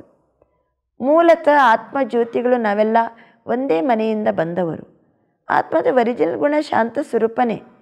ಆದರೆ ಯಾವುದೋ ಒಂದು ಒತ್ತಡಕ್ಕೆ ಒಳಗಾಗಿ, ಸಂಘಕ್ಕೆ ಒಳಗಾಗಿ, ಪರಿಸ್ಥಿತಿಗೆ ಒಳಗಾಗಿ, ಓಹೋ ಎಷ್ಟು ಚಂದ ಸಿಟ್ಟು ಮಾಡ್ತಿದ್ದಾರೆ, ಎಷ್ಟೋ ಒಂದು ಅಭಿನಯ ಮಾಡ್ತಿದ್ದಾರಲ್ಲ. ನಾಟಕದ ಅಭಿನಯವನ್ನು ನೋಡಬೇಕಷ್ಟೆ. ಆದರೆ ಪಾತ್ರಧಾರಿ ಅವನು ಶ್ರೇಷ್ಠನೇ ಇದ್ದಾನೆ. ಒಳಗಿನ ನಮ್ಮ ಆ್ಯಟಿಟ್ಯೂಡ್ ಅವನ ಪ್ರತಿ ಒಳ್ಳೆಯ ಭಾವನೆಯೇ ಇರಬೇಕು. ಒಂದು ವೇಳೆ ಇವರು ಬೈತಾ ಇದ್ದರೂ ಸಹ ನನ್ನ ಒಳಗಿನ ದೃಷ್ಟಿಕೋನ ಇವರು ಒಳ್ಳೆಯವರೇ ಇದ್ದಾರೆ, ಏನೋ ಒಂದು ಒತ್ತಡಕ್ಕೆ ಒಳಗಾಗಿ ಅಷ್ಟೇ ಹಿಂಗೆ ಮಾಡ್ತಿದ್ದಾರೆ, ನಾನು ಮತ್ತು ಗೌರವದಲ್ಲೇ ನೋಡೋದು, ಗೌರವದಲ್ಲೇ ಮಾತಾಡಿಸಿದರೆ ಆಟೋಮೆಟಿಕಲಿ ಅವರು ತಮ್ಮ ಪಾತ್ರವನ್ನು ಬದಲು ಮಾಡ್ಕೋಬೋದು. ನಮ್ಮ ಆ್ಯಟಿಟ್ಯೂಡ್ನಿಂದ ಅವರ ಪಾತ್ರ ಚೇಂಜ್ ಆಗ್ಬೋದು. ಅದು ಅವರಿಗೆ ಬಿಟ್ಟದ್ದು. ಆದರೆ ಅವರು ಬೈದರಲ್ಲ, ಅದಕ್ಕೆ ನನಗೆ ಸಿಟ್ಟು ಬಂತು. ಅವರು ಬೈದದಕ್ಕೆ ನನ್ನ ಪಾತ್ರ ಹಾಳು ಮಾಡಿಕೊಳ್ಳ. ನಮಗೆ ಪರಮಾತ್ಮ ಡೈರೆಕ್ಷನ್ ಕೊಟ್ಟಿದ್ದಾರೆ, ಇಲ್ಲ ಯಾರು ಹೆಂಗೆ ಮಾಡಿದರು, ಯಾವ ರೀತಿ ಅಭಿನಯ ಮಾಡಿದರು, ನೀನು ಮಾತ್ರ ಶಾಂತವಾಗಿರಬೇಕು, ಪ್ರೀತಿಯಲ್ಲೇ ಇರಬೇಕು, ಒಳ್ಳೆಯ ಶುಭ ಭಾವನೆಯಲ್ಲೇ ಇರಬೇಕು. ನನಗೇನು ಬಾಬಾ ಡೈರೆಕ್ಷನ್ ಕೊಟ್ಟಿದ್ದಾರೋ ಆ ಪ್ರಕಾರ ನಾನು ನನ್ನ ಅಭಿನಯವನ್ನು ಹಾಳು ಮಾಡ್ಕೋಬಾರ್ದು. ಮತ್ತೊಬ್ಬರ ನಾಟಕವನ್ನು ನೋಡಿ ನನ್ನ ಪಾತ್ರವನ್ನು ನಾನು ಹಾಳು ಮಾಡ್ಕೋಬಾರ್ದು. ಸಾಕ್ಷಿಯಾಗಿ ನೋಡುವುದಷ್ಟೇ ನಮ್ಮ ಕೆಲಸ. ಇದು ಸಾಕ್ಷಿಯಾಗಿ ನೋಡುವಂಥದ್ದು. ಅನೇಕ ಪರಿಸ್ಥಿತಿಗಳು ಬಂದಾಗಲೂ, ಅನೇಕ ವ್ಯಕ್ತಿಗಳ ಒಡನಾಟದಲ್ಲಿ ಬಂದಾಗ ಭಿನ್ನ ಭಿನ್ನ ಭಿನ್ನ ಭಿನ್ನ ಜನ ಪಾತ್ರ, ಒಬ್ಬರ ಪಾತ್ರದಂಗೆ ಇನ್ನೊಬ್ಬರ ಪಾತ್ರ ಇಲ್ಲ. ಅದನ್ನು ಸಾಕ್ಷಿಯಾಗಿ ನೋಡುವಂಥ ಒಂದು ದೃಷ್ಟಿಕೋನ, ಪ್ರತಿಯೊಂದರಲ್ಲಿ ಕಲ್ಯಾಣ ಇದೆ ಅನ್ನುವಂತಹ ಒಂದು ಭಾವನೆ ನಮ್ಮ ಜೊತೆಗಿರಬೇಕು. ಆಮೇಲೆ ಪ್ರತಿಯೊಂದು ಕಲ್ಯಾಣದಲ್ಲಿ ಯಾವುದೇ ದೃಶ್ಯ ಇರಲಿ, ಯಾವುದೇ ವ್ಯಕ್ತಿ ಇರಲಿ, ಯಾವುದೇ ಘಟನೆ ಇರಲಿ, ಇದರಲ್ಲಿ ಕಲ್ಯಾಣ ಅಡಗಿದೆ. ಆಮೇಲೆ ವ್ಯಕ್ತಿಗಳನ್ನು, ಪರಿಸ್ಥಿತಿಯನ್ನು, ದೃಶ್ಯವನ್ನು ಕಂಡಾಗ ಸಾಕ್ಷಿಯಾಗಿ ನೋಡುವಂಥ ಒಂದು ಅಭ್ಯಾಸ. ವಿಚಾರ ಮಾಡಿ, ಒಂದು ವೇಳೆ ಇದೇ ದೃಷ್ಟಿಯಲ್ಲಿ ಸಾಕ್ಷಿಯಾಗಿ ನೋಡ್ತಾ ಇದ್ದೀವಿ, ಯಾರು ಏನು ಮಾತಾಡಿದರು, ಏನು ಬೈದರು, ಏನು ನಮಗೆ ಮೋಸ ಮಾಡಿದರು, ನನ್ನ ಮನಸ್ಸಿನ ಮೇಲೆ ದುಷ್ಪರಿಣಾಮ ಇಲ್ಲ. ಯಾಕೆಂದರೆ ನಾನು ಒಳ್ಳೆಯದನ್ನೇ ನೋಡ್ತೀನಿ, ಒಳ್ಳೆಯದನ್ನೇ ಮಾತಾಡ್ತೀನಿ, ರೆಸ್ಪೆಕ್ಟ್ಫುಲ್ಲಾಗೇ ಇರ್ತೀನಿ, ಸಾಕ್ಷಿಯಾಗೇ ನೋಡ್ತೀನಿ, ಶುಭವನ್ನೇ ಬಯಸ್ತೀನಿ. ವ್ಯರ್ಥ ಆಲೋಚನೆಗಳು, ವ್ಯರ್ಥ ದೃಷ್ಟಿಕೋನ, ವ್ಯರ್ಥ ಮಾತು, ವ್ಯರ್ಥ ಅನ್ನೋದೇ ಫುಲ್ ಸ್ಟಾಪ್, ಸಮಾಪ್ತಿ ಆಗ್ತದೆ. ಎರಡನೇದಾಗಿ ಎಲ್ಲ ನೆಗೆಟಿವ್ ಅನ್ನುವಂಥದ್ದು ಪಾಸಿಟಿವ್ಗೆ ಪರಿವರ್ತನೆ ಆಗ್ತದೆ. ನಮ್ಮ ಜೀವನದಲ್ಲಿ ಕೆಟ್ಟದನ್ನುವುದೇ ಇಲ್ಲ, ಎಲ್ಲವೂ ಒಳ್ಳೆಯದೇ ಕಾಣ್ತದೆ, ಎಲ್ಲವೂ ಒಳ್ಳೆಯದೇ ನಡೀತದೆ, ಒಳ್ಳೆಯದಕ್ಕೋಸ್ಕರನೇ ಎಲ್ಲನೂ ಆಗ್ತದೆ. ಈ ವರ್ಷವನ್ನು ಇಯರ್ ಆಫ್ ಪಾಸಿಟಿವ್ ಚೇಂಜ್, ಸಕಾರಾತ್ಮಕ ಪರಿವರ್ತನೆಯ ವರ್ಷ. ಇದಕ್ಕೆ ಭಾಳ ಸುಂದರ ಯುಕ್ತಿ ಏನಂದರೆ, ಭಗವಾನ್ ಕೋ ಸಾಥ್ ರಖೋ, ಹರ್ ದೃಶ್ಯ ಕೋ ಸಾಕ್ಷಿ ಹೋ ಕರ್ ದೇಖೋ. ಆವಾಗ ನಮ್ಮ ಜೀವನದಲ್ಲಿ ವ್ಯರ್ಥ ಸಮಾಪ್ತಿ, ಆಮೇಲೆ ನೆಗೆಟಿವ್ ಅನ್ನುವಂಥದ್ದು ಪಾಸಿಟಿವ್ಗೆ ಪರಿವರ್ತನೆ ಆಗ್ತದೆ. ಎಲ್ಲಿ ಹೋದರೂ ನಮ್ಮಿಂದ ಒಳ್ಳೆಯದೇ ಆಗ್ತದೆ, ಒಳ್ಳೆಯದೇ ಕಾಣ್ತದೆ. ನಮ್ಮ ಕಾಂಟ್ಯಾಕ್ಟಲ್ಲಿ ಬಂದವರೆಲ್ಲ ಒಳ್ಳೆಯವರೇ ಆಗ್ತಾರೆ, ಅವರಲ್ಲಿಯೂ ಪರಿವರ್ತನೆ ಬರ್ತದೆ, ನಮ್ಮಲ್ಲಿಯೂ ಆ ಒಂದು ಆ್ಯಟಿಟ್ಯೂಡ್ ನ್ಯಾಚುರಲ್ ಆಗಿ ಬೆಳೀತದೆ. ಈ ರೀತಿ ನಮ್ಮ ಈ ಒಂದು ಅಲ್ಪಕಾಲದ ಜೀವನ ಸದಾ ಕಾಲದ ಸುಖದ ಅನುಭೂತಿಯಲ್ಲಿರಬೇಕಾದರೆ, ಅಲ್ಪಕಾಲದ ಜೀವನದಲ್ಲಿ ಸದಾ ಕಾಲದ ನೆಮ್ಮದಿಯ ಅನುಭೂತಿಯನ್ನು ಮಾಡಬೇಕಾದರೆ, ಪರಮಾತ್ಮನ ಈ ಒಂದು ಶಿಕ್ಷಣ ನಮ್ಮ ಆಂತರಿಕ ಸ್ಥಿತಿಯನ್ನು ಸಶಕ್ತಗೊಳಿಸ್ತದೆ, ಸದೃಢಗೊಳಿಸ್ತದೆ, ನಿಶ್ಚಯದಲ್ಲಿ ಬದುಕುವಂತಹ ನಿಶ್ಚಿತವಾದ ವಿಜಯದ ಅನುಭೂತಿಯನ್ನು ಮಾಡಲಿಕ್ಕೆ ಸಾಧ್ಯ ಇದೆ ಅಂತ ಹೇಳ್ತಾ ನಮ್ಮ ಮಾತುಗಳಿಗೀಗ ಮಂಗಳ ಹಾಡ್ತೀವಿ. ನಾವು ಆಡುವಂಥ ಮಾತಿನಲ್ಲಿ ತಮಗೆ ಸತ್ಪ್ರೇರಣೆಯಿಂದ ನೀವು ಜಾಗೃತರಾಗಿಬಿಟ್ರೆ ನಿಜವಾಗಿ ನಮ್ಮ ಲೈಫ್ ಧನ್ಯ. ಓಂ ಶಾಂತಿ.